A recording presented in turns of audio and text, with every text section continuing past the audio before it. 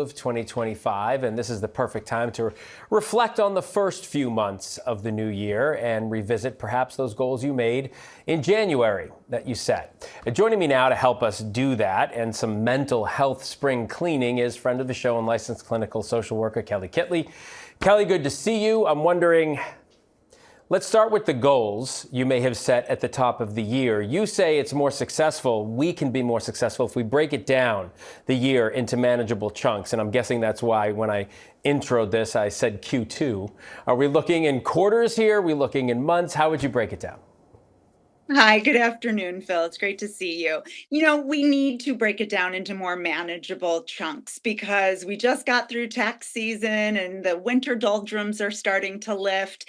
And those goals or intentions that we set in January might not be as familiar to us. So, this is the perfect time of year to get that notebook out and look at some of the things that you wrote down in the beginning of the year. This is time to evaluate and say, where have I done a great job and where have I maybe tripped up a little bit? And what adjustments do I need to make? We really need to let go and make room so that we can enhance our goals and maybe even professional advancements or any interpersonal relationships. Okay, so let's move to doing some emotional spring cleaning. I just like saying that.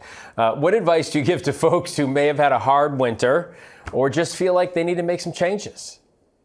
Oh my gosh, it's so important. People are cleaning out closets for the next season. We have to do that internally. So if you're holding on to any resentments, or maybe you have some conflict at work, make a commitment to yourself and set a date by saying, I'm going to conquer this by this date, and have somebody hold you accountable. Talk that through, rehearse it with somebody if it's something that is difficult for you to address. All right, and there's a lot going on in the world right now, and I know people internalize that. What are some things people can do when they're feeling overwhelmed or maybe just burnt out already in 2025? Absolutely. Sometimes we have to put our blinders on and look at what's just right in front of us. And so anything that is light and supportive, and laughter is so important right now as well. It has to be a daily practice. We need to write things down that help lift our spirits and sometimes tune out the negativity. All right, Kelly Kitley, all great advice. Wish I could do it all at once. Thanks for being here. We appreciate it. We'll see you soon.